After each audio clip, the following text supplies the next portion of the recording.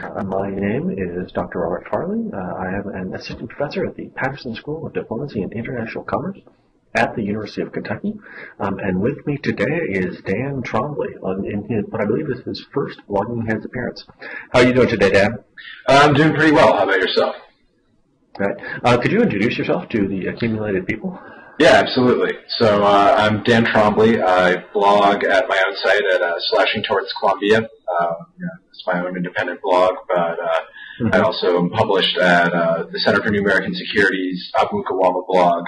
There I'm filling in for Andrew Exum while he's spending a year at the Council on Foreign Relations Fellowship. And then I've also published time to time on a couple of other websites, but mostly at my own site, Slouching towards Columbia. Right. Now, can you? This is a phrase I've only heard a couple times, but could you explain to everybody who may not be familiar with the website the concept of the Killa Trombly?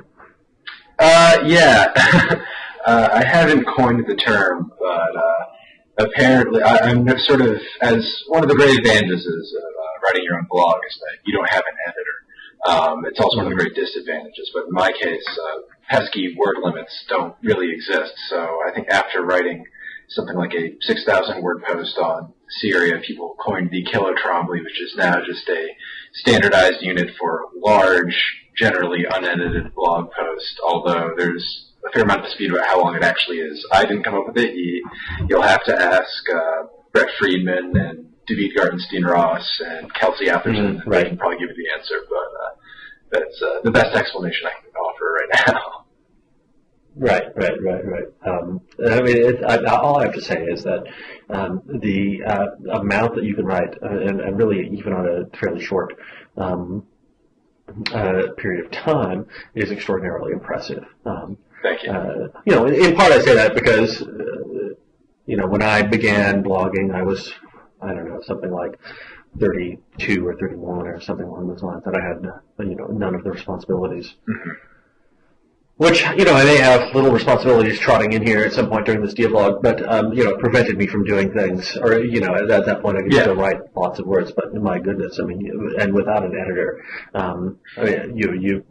for our viewers who haven't read Slouching towards Columbia, it's really tremendous work, right? You really should check it out. I'm sure there'll be links. Thanks. Anyway, so today we're going to talk about something that you talk about quite a bit, and that obviously right now is relevant. And to preface this a little bit, and this may seem lighthearted, but it shouldn't be because this is deadly serious. Way back when in last year, I do something that I call the Pundit Blogger Accountability Act, in which I make predictions about the next year. And one of my predictions about the year 2012 was that on December 31st, 2012, Bashar Assad would still be the president of Syria. And it looks to me like that will probably still be the case, but not necessarily by a very long shot. Now, one of the things that you blog about a lot is the potential and certainly the downfall or the problematic aspects of Western intervention in Syria. So, I guess right now, what are your thoughts about the situation in Syria? What are your thoughts related about how the West should deal with the situation in Syria, or should fail to deal with the situation in Syria? In terms of the overall situation now, I don't think, I think it's been a while since we've been at the point where Assad was plausibly going to win, this sort of civil war. If he does survive, it won't be with full control of his country. It's a question of essentially, is the government going to hold out in enough areas long enough that something other than just the complete downfall of the government is going to occur, or is it just going to be overthrown? Now, there's parts of Syria that really have yet to come into major play in terms of the civil war. The coastal area, which is still relatively pro-Assad, is essentially still under government control more or less. although there are more and more attacks in sort of Alawite areas every day. And there's also been some news of Alawite on Alawite massacres, the reasons for which aren't entirely clear. So it does seem like Assad does not have a lot longer. There were rumors that he was going to, looking into exile deals in Latin America, by which I presume they mean Venezuela or Ecuador, one of the more Assad-friendly regimes there. But it does seem like, if you're a Syrian military regime officer and you don't have a chance to defect, if your hands are too dirtied by how the civil wars proceeded, that you don't have much option except to essentially fight to the death, because it doesn't seem as if the rebels at this point, as you get more jihadist influence in the rebel groups, there's going to be less and less tolerance for members of the old regime being brought into some sort of political transition. Right. I mean, it's almost sort of a classic tipping point question. I mean, sort of political or international relations approaches to tipping point questions are almost designed around this very case, right? When it's sensible for people to shift over to the opposition. But I mean, two thoughts that immediately come to me. One is, to what extent is there a geographic enclave option in Syria? And I've heard this argument that some of the regimes, that both the continued persistence and survival of the regime is based in ethnic politics, which seems to me to be obviously true. But second, that there is a geographic option here, that there is a geographic enclave option for the Alawites and potentially the Christians. That there are parts where they could clearly be the majority in particular areas, and these are defensible areas, and so we could see a partition, a quasi or a de facto partition of Syria. And second, I'm wondering if you recall seeing, this was maybe a couple of weeks ago that I saw this, and it was a report that was purported to be from Assad's inner circle, where it argued that, essentially that Assad believed that there was simply no way for him personally and for his family to escape. That the first indication that they might be boarding a plane for Russia or Venezuela or something along those lines, that the people who were effectively his bodyguards would execute everyone. And I mean, that seems to me to be eminently plausible. Yeah. And I'm wondering if you saw the same report, or if you had any. I do remember seeing that report.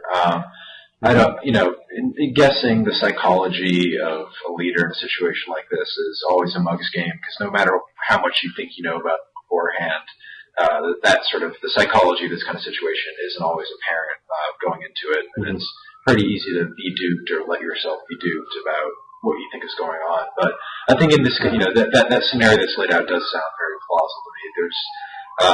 There's very little interest, I think, if you're a mid-level sort of regime official and you have a chance to redeem yourself in the eyes of the populace and the international community by doing something like that. It's a chance I think a lot of people are willing to take. I think another issue is that these sorts of solutions have been sort of floated about other situations in the region before. The run-up to invasion of Iraq, there was a lot of reporting that the Saudis were trying to arrange a similar deal where the sort of Ba'athist mid to high tier figures would get amnesty, from the United Nations and any kind of international tribunals that would occur in exchange for deposing the top tier of the Iraqi government. And of course, that wasn't acceptable to the United States or the international community. But I think it is something that perhaps Arab and other foreign intelligence services might be open to. Now, whether they can arrange that in advance is an entire other question. But it certainly must be something that that Bashar al-Assad needs to worry about his lieutenants considering.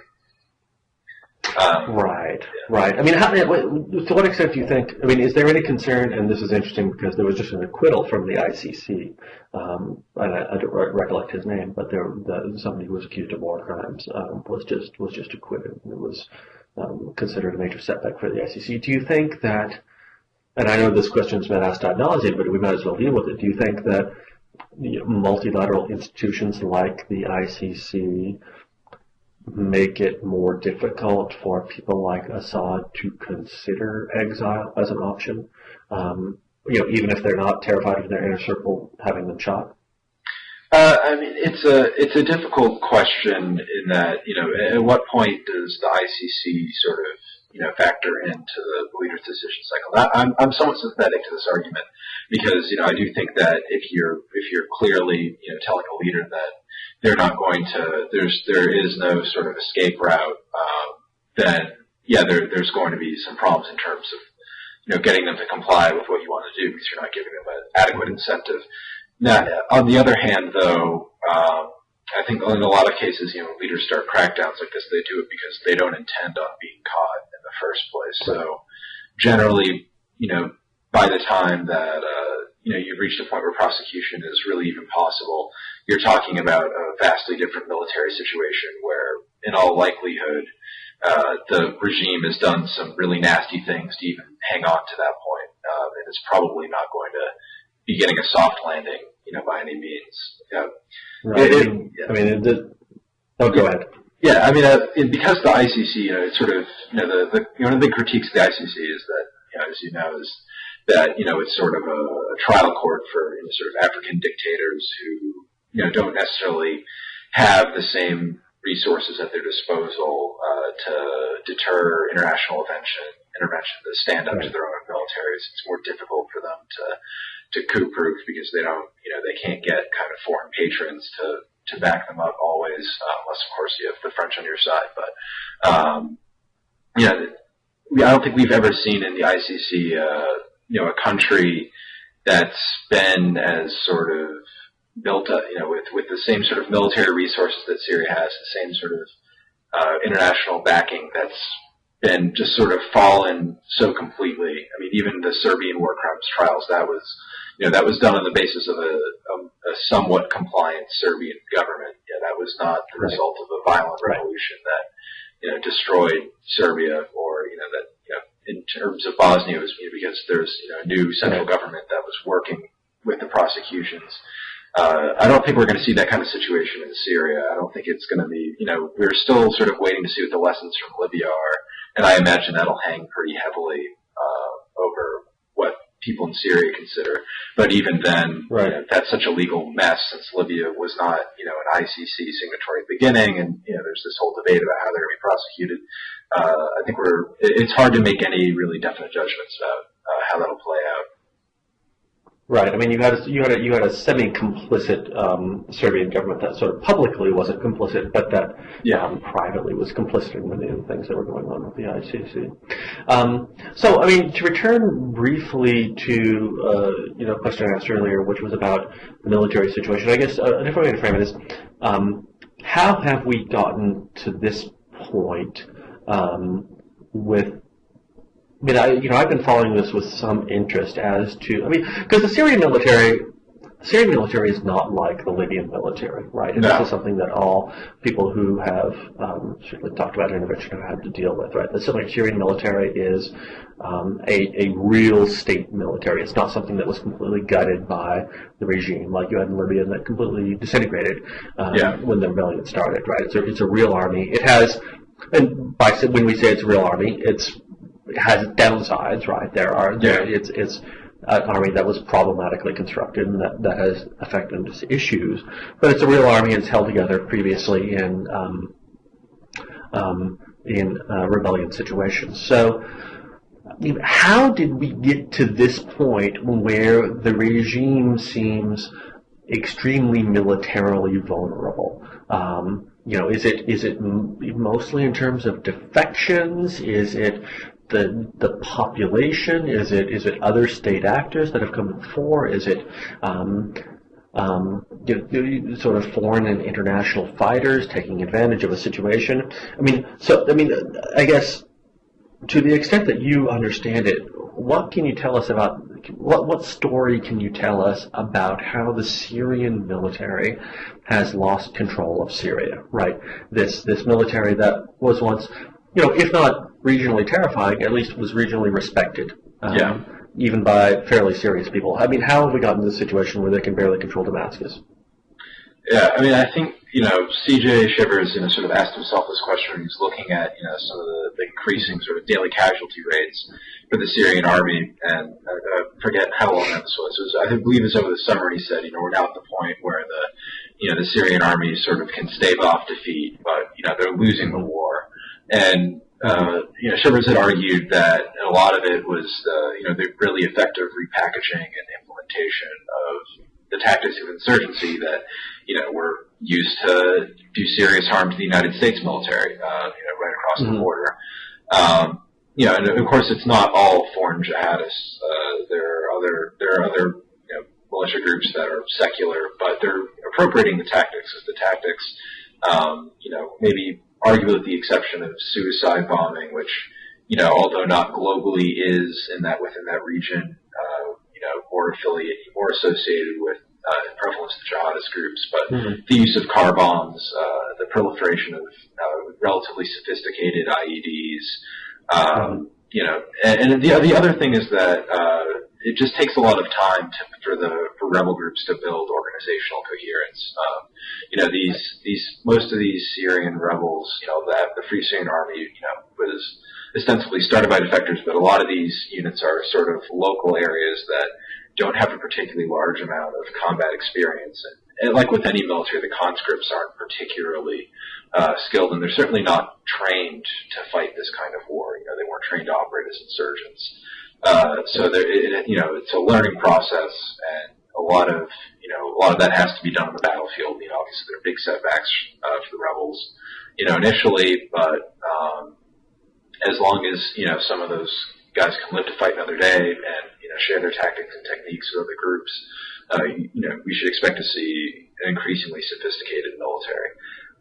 And there's also been a lot of questions about has the competence of the Syrian military been overrated? I think because the dual structure of the professional force, the standing force, and the conscript force, we can certainly say the conscript force is not useful to the extent that the regime appears to avoid deploying it except when absolutely necessary. But the professional force, there's some argument that I've seen that they weren't effectively employing armor and air power as in sort of a combined arms way. They weren't. There's some people arguing that they didn't go in hard enough initially, that they tried to sort of escalate too slowly, and they just ended up making everybody more angry at the government's presence without actually, in a very brutal way, crushing the insurgency. Right. There's all those arguments. If I could pause you there for a second. I just read, and in fact I just had a conversation with. In fact, I just was on dissertation defense of a gentleman who argued that one of the ways in which regimes achieve coup-proofing, right? And one of which is ways in which they prevent coups is, there are some countries that go the Iran-Iraq way, which is to create sort of a parallel military organization, but there's also another way, which is to aggressively take steps to prevent military officers from talking to one another. And especially senior military officers, but this would go all the way down the chain. And I found this. And, the reasons to prevent them from communicating to each other, obviously prevent coups, but because coups are based on trust, right? You have to trust that other people are engaging in the coup before you take the risk of engaging in the coup. And I found this very interesting when applied, and I almost immediately applied it to the Syrian context. I found this very interesting, and this gentleman argued that this is one of the reasons that sort of militaries which are coup-proofed also tend to be ineffective, because there is very little communication between the branches. And so this helps explain why an army like the Syrian or a military like the Syrian military would be less likely to launch a coup against the leader, but at the same time sort of militarily inept, right? Where you don't have the basic branches, infantry, armor, artillery. And it should be said that Syrian artillery is thought to be quite good, but you don't have the basic branches talking to one another. And so you have a sort of deep constraints on the ability of the military to function in either an international or domestic fashion.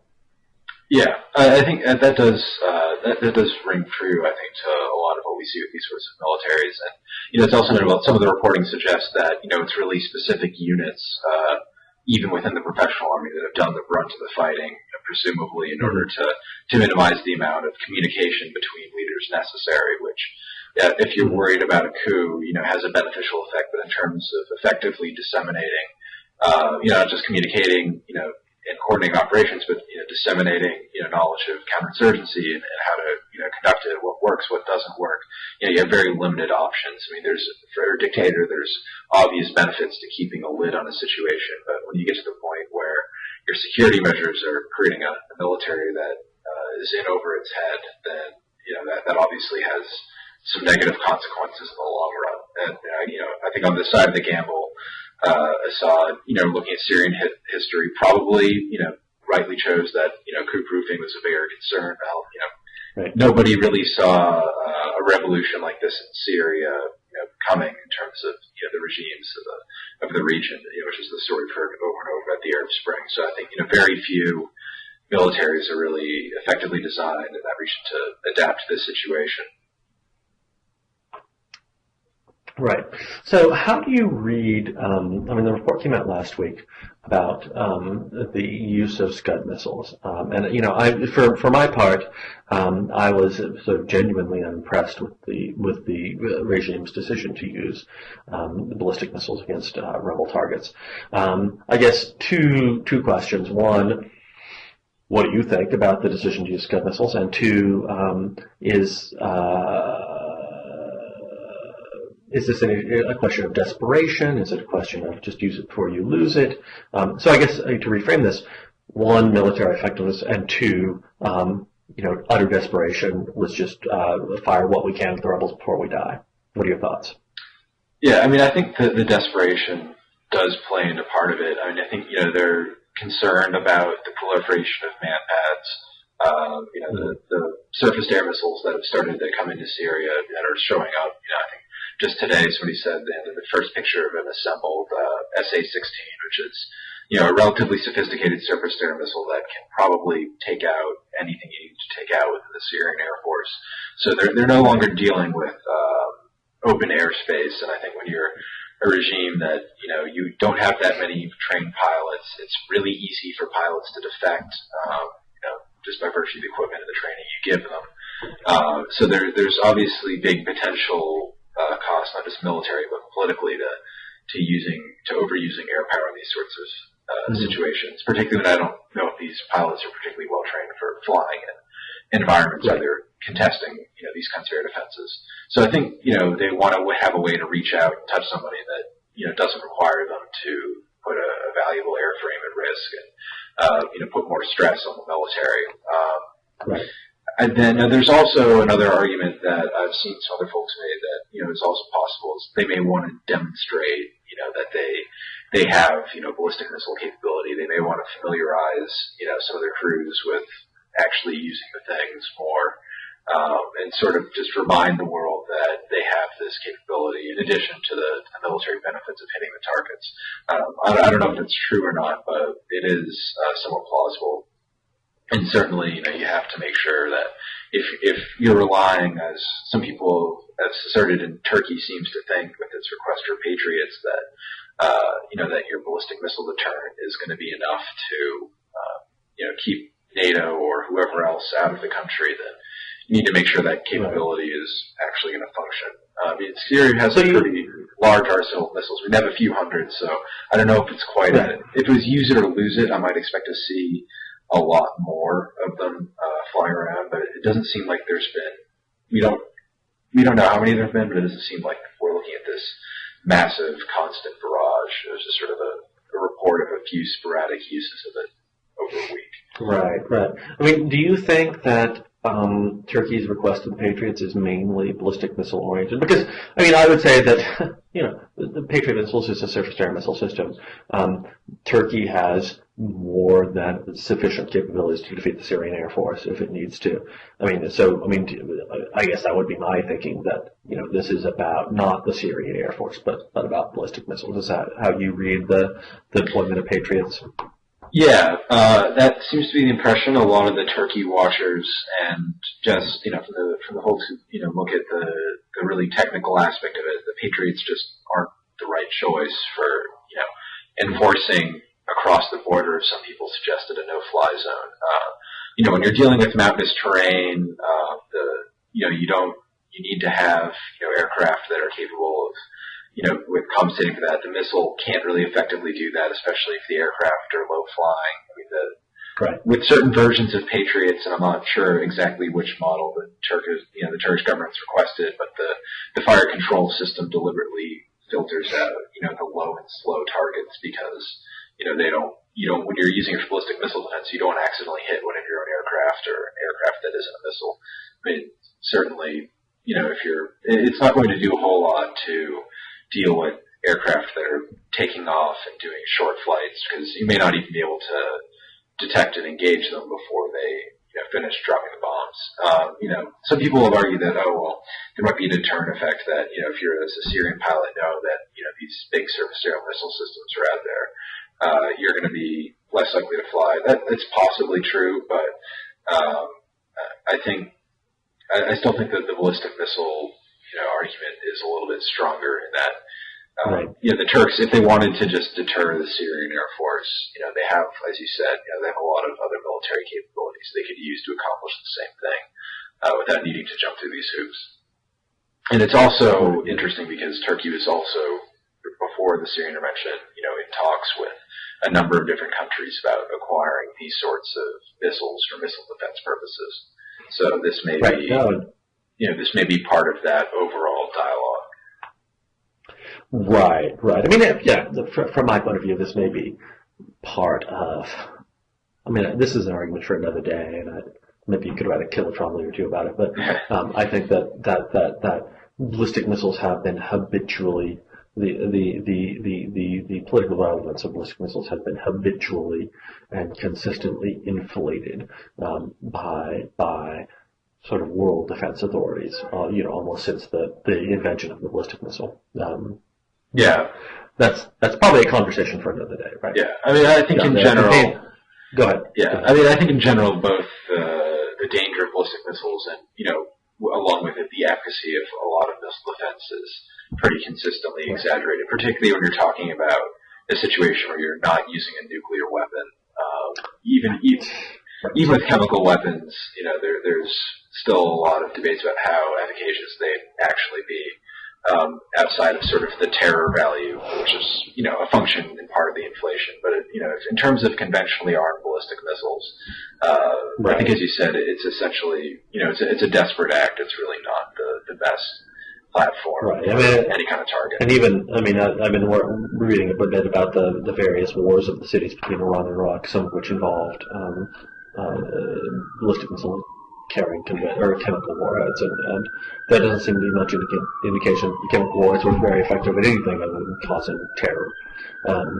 But anyway, I want to just sort of very briefly return to the question for, is there a partition option in Syria, a de facto partition option in Syria? I know I've seen this where the Alawites and the Christians take the sort of coastal area and the Sunnis take the rest of the area. I mean, do you think there's anything to be said for that? Do you think there's any option there? I guess the reason I ask this is because, I thought that with Libya, that partition was going to be something that was quite likely, where there was going to be a situation in which some sort of Western-sponsored rebel regime would take the eastern half of the country, and Gaddafi's regime would continue to control the western half of the country, and that turned out not to be true. But is there a partition option in Syria that doesn't involve the complete overthrow of the regime? I'm personally skeptical. I mean, even if there was the will to establish it by one of the parties, I'm not sure that we see that from either. I don't think militarily it would last very long. The Alawites are a very small minority. They don't have the resources to sort of maintain a full state apparatus if the rest of Syria were to sort of, form any kind of coalition of relatively competent military units. I mean, it'd certainly prolong the war a great deal, and it could, with enough international support, perhaps hold out for a while. certainly if you have people willing to just pour money and resources into your cause, then you can hold you can hold out for a fair amount of time. But I don't know if anyone really has an interest in doing that. And then in terms of, I think it's interesting you mentioned Libya, because I think the same reason partition seemed like a more likely outcome in Libya is the same reason that the prospects for intervention in Syria have always been so poor, and that Syria is so much more compact than Libya. And that, with Libya, Benghazi, all you had to do was, destroy Libyan military capabilities that were moving up the main coastal highway, and you had a de facto safe zone. You could resupply it from the sea, you could resupply it from the air. They had already, captured the regime, air defense capabilities around it. They basically had a safe, it was very easy for them to establish a safe haven. I don't see the same geographic logic holding out in Syria, that, it's as much smaller country with a much denser road network. You have a lot more options for maneuvering and making it difficult for rebel forces to really hold on to territory. We see when they try and seize, these major cities like Aleppo, it's very easy for them to essentially get pounded, from all sides. Even if they do manage to capture roads outside of it, it's still a much nastier fight. You really can't construe anything as being a safe zone, because none of it's really all that far out of regime artillery range. And so I think those same dynamics also make it difficult for the Alawites to hold on to anything when the tables are turned. However large their safe zone is, I doubt very much of it would be outside the range of artillery guns in the hands of a Sunni-led central government. Right. So I'm asking you to embarrass yourself here, but I'm going to embarrass myself too. Back in the day, and this is probably before you're born because you're a young man, back in 1989, in January of 1989, because I was a nerd, I watched things like McLaughlin Club. And there was one time when it was just after the Soviets had withdrawn. I believe it was January of 89. Soviets had withdrawn from Afghanistan. And McLaughlin asked everyone there, when is this regime going to fall? I know, there's something that is sort of anti-punditry about this kind of question, right? Because it asks people to give a specific date that they can then later be called on. But that's why I'm interested in this. And there was Mort Contract, there was Jack Germon, there's Pat Buchanan. No one gave a date that was later than the end of 1989. And of course, the Nazarbayev regime lasted until, 1991, 1992. Yeah, I think they just outlasted the Soviet Union itself, I think. Right, exactly. So, let's pretend I'm John McLaughlin. Let's pretend this is the McLaughlin Cup. Let's pretend I'm demanding that you give me a date for Assad's fall. What is your over under? I guess let's do the Vegas way. What is your over under? Yeah, I mean, I would say I wouldn't expect it to fall any earlier than the end of February, but I also would be very surprised. Well, I suppose if we talk about the fall of the regime, the capture of Damascus and, the shift of the war into where the regime supporters are now sort of the insurgents on the back foot, right? I mean, we're not, or we talk about complete control. I think fall of Damascus, shift of the major state mechanisms to the rebels rather than the regime. I think Yeah, I mean, I would be surprised if that happened. I don't think it can happen any earlier than, I guess, March, so at the end of February.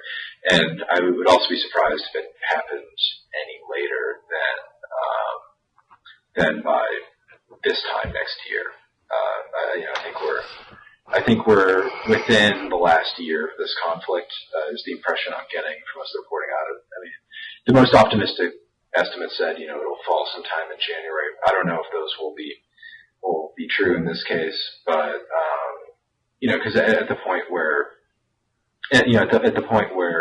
even Aleppo, things are going to start to get a little nastier there as winter sets in and supplies degrade, which is going to be much worse for the rebels than it is for the regime, just by the nature of the logistics. And it's also going to make things harder for the rebels as they have to deal with providing supplies to the areas they've liberated. CJ Shivers just had a report before I logged on to this talking about some of these issues. So I think that's going to complicate things in some areas.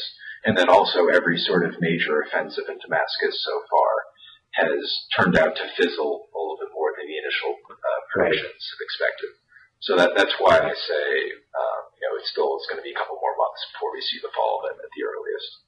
Right. I mean, I guess I would take the over for February 28th and the under for the other part of the 8-month window, 9-month window you gave yourself. But yeah, no, over February 28th, but certainly under, this time next year. I think we'll see the end of the regime. It would, I guess, another way to phrase this, it would be stunning to me if Bashar Assad was still president of Syria on December 31st, 2013. I would be absolutely staggered if that was the case. That would be... I'm not sure... Yeah, I mean, I have trouble imagining it. I mean, it's possible, I suppose, but in what capacity would he even be president? We were talking about, at the point where fighting in Damascus is neighborhood to neighborhood. Maybe Assad will still be president of something that Russia and Iran and Venezuela and a handful of other countries still call Syria, but I'd be surprised if by December 31st he was still running it out of Damascus, and it itself was anything more than kind of a Syrian version of the Salo Republic, this little embattled enclave that's basically only hanging on until the money runs out. I was seconds away from invoking the Salo Republic before you mentioned it. Yeah. So let's pivot now, because of course one of the other major variables in the whole Syria conflict is the attitude of the United States, and the attitude of the United States is, at least in personal and bureaucratic terms, about to change. Yes. Now, I am merely a peasant and inhabitant of the hinterlands. You are near the source of imperial power. There is going to be a change in the U.S. government very soon. People are floating the notion that, and not merely floating, but it's actively argued, that Chuck Hagel is going to be our new Secretary of Defense and John Kerry is going to be our Secretary of State. I guess 2 questions for you to ruminate on. One, do you think that it's really going to be Hagel-Kerry second term? And second, what do you think that means for U.S. foreign policy? In terms of whether or not it will be Hagel-Kerry, I mean, I can't claim any really insider knowledge here. I get my news on this from the same papers as everybody else, I think, but it does seem like there's very, very strong Republican pushback against Hagel, that they're not going to make it easy for him to be Secretary of Defense. And I think we've also seen from the Susan Rice incident that this administration is willing to let its trial balloons deflate if that's what the political fortunes look like. Now, just briefly on Susan Rice, I mean,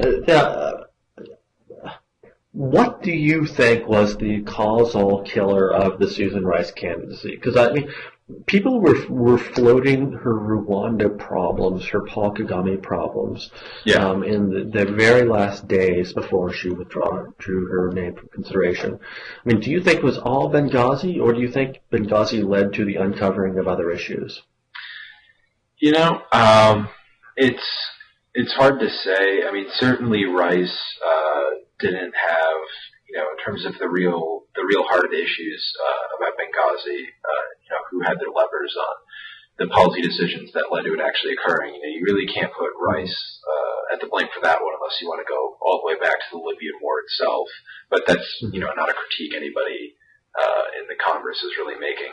I mean, I think the Benghazi thing was, it's an issue that I think, works well for a Congress that otherwise, is a little bit, beleaguered in trying to make a strong critique of the administration's national security policy. I mean, it's hard to, at the end of the day, they're both going to, vote for the same expansion of special operations. They're both going to, support the same kind of war and terror that we're still fighting. So they need something to hit the administration on. Benghazi looked appetizing. It is a real real scandal, absolutely, outside of that, but it's certainly an easy one to make political hay out of as well. I think that was certainly the most public issue. In the back rooms, I don't know if there turned out to be a large constituency of Republicans who were really enraged about what was happening in eastern Congo. My suspicion is there isn't. But, I mean, I think certainly Rice is also associated with, as the UN ambassador, this is a Congress that does not like the United Nations very much and won't even vote in the disability treaty. It's a Congress that's not particularly friendly to liberal internationalism and the way that this administration, especially the restrained version that this administration has articulated. I think Rice was not just a symbol of Benghazi, but also somebody that I think if you're a mainline sort of conservative Republican, that you can find a lot of bones to pick with. Right. So, I mean, do you think that? I mean, I guess I had kind of assumed that, in spite of questions about his commitment to the Israeli-U.S. relationship, that the virtue of Hagel's having been a Republican was going to allow him to survive confirmation. We have certainly experienced situations in which Jennifer Rubin has failed, right? Is this another one? Are you referring to the? Do you think that the opposition? Yeah, are you referring to the piece that Jen Rubin put out with Abe Foxman's quote about the ADL's opposition to Hagel or something like that? Right. I mean, more generally, the whole campaign against Hagel, the concerns about Hagel. I mean, I guess, do you see Hagel being rejected by the Senate? Do you see the administration withdrawing? I mean, I would be pretty surprised by that, but I mean, do you think that may happen? I think they may put up a pretty stiff fight about this one. I mean, certainly Hagel's views on Israel are not going to be very popular within this party, right.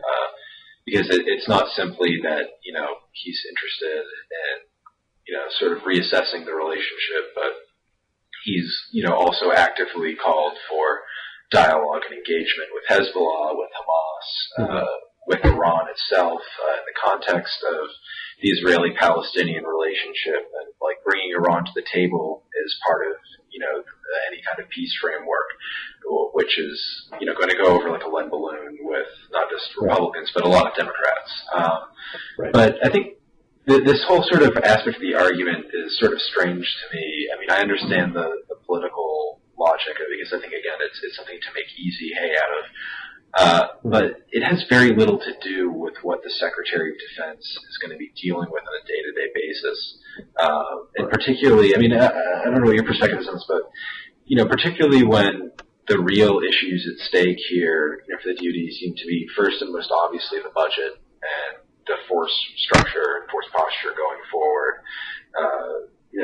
Secondly, even as a shorter term concern, the huge war we're still in Afghanistan. I mean, even if there's not always a lot of interest, publicly in it, but obviously as Secretary of Defense, that should, be a pretty important consideration. And then, thirdly, the war on terror generally, the various other operations we're currently in Asia. None of these issues seem to be getting quite as much prominence. I'm wondering, because I don't really know the answer to this myself, but do you think that that's because those issues don't play as well in the media, or have we really gotten to the point where Congress just prefers to laser focus on these sort of embarrassing issues as the most surefire way to sink a campaign? The short answer to your question is that yes, Congress prefers to laser focus on these issues. Right. The broader question is that the only reason that the Obama administration has at least floated the idea of Chuck Hagel as Secretary of Defense? I mean, my guess is this, that in a variety of interactions with Obama and with people around Obama, Chuck Hagel has demonstrated his at least commitment, if not competence. Competence is something that's demonstrated on the job rather than is demonstrated at a cocktail party. But at least his commitment to work through many of the issues associated with the drawdown in Afghanistan and with the reduction of the budget. Yeah. And I also suspect that Obama and the people around him are absolutely happy to have a Republican managing both of these areas, right? Yeah. The final drawdown in Afghanistan and the sequester-driven cuts to the budget. Whether that will work in terms, the vitriol against Hagel is very interesting to me, and I don't know if it follows from the Twitter sphere what's actually going to happen in the Senate, because I think that Hagel had a lot of friends there, and that it's going to be very difficult for the Republican Party to maintain a solid front against Hagel. And my guess is that he'll be confirmed if he's nominated by Obama for the Secretary of Defense. And I think that's why Obama nominated him, because it's the only policy he could get. Hagel is the only way he could get the policies that he wants. Yeah. And I think he's going to be successful with that. Yeah. At the same time, I'm a little bit more skeptical about his chances, if only because I think it says a lot that somebody like Hagel only could be nominated by a Democrat. I think he had a very prominent career in the Senate, but he as much as he made friends, he also made a lot of enemies on some issues that some people consider to be, if not necessarily near and dear, vital enough to maintain kind of a strong stance on. And in the area in which, in the way that Hagel is a Republican, his sort of carrying the torch for that sort of, skeptical Republican, realist tradition that, we saw, in power, in the 70s and to a certain extent, the 80s, and certainly under the first President Bush. He certainly, has a lot of intuitions that party shares, and he'd be the kind of person who would be, critiquing, he was critiquing Libya, but that's not necessarily, the Republican Party doesn't seem to be interested in critiquing the administration of that. Right, but I mean, I guess what percentage of your modern, and I asked this question as a and I'm holding my hands in air quotes now, a proud Kentuckian, but I'm asking this question as a Kentuckian and a man who has two Republicans representing him in the Senate. One of whom, of course, is Mitch McConnell, who I'm going to venture doesn't give a flying fuck about neoconservatism, does give a flying fuck about anything other than his majority position, and that's really actually something that's quite charming about Mitch McConnell, is his ability to not give a fuck about anything. And one Rand Paul, who I can only imagine would be quite supportive of Chuck Hagel, right? I mean, beyond just your Kentucky context, which obviously I'm obsessed with for clear reasons. The Republican Senate delegation, how many of them? I mean, what neoconservative constituency do we actually have beyond like John McCain and Lindsey Graham? Well, I wouldn't want to limit it strictly to a neoconservative sort of constituency, because there are certain issues that people are going to clash with on Hagel that don't have, you don't need to be necessarily a neocon to be a hawk or a believer in, sort of American exceptionalism as expressed as, sort of U.S. leadership of the globe, and with that, preeminent military superiority. I mean, Hagel is about as dovish as you can get and still be still have been a senator on Iran, and that puts him at odds, I think with a lot of Democrats.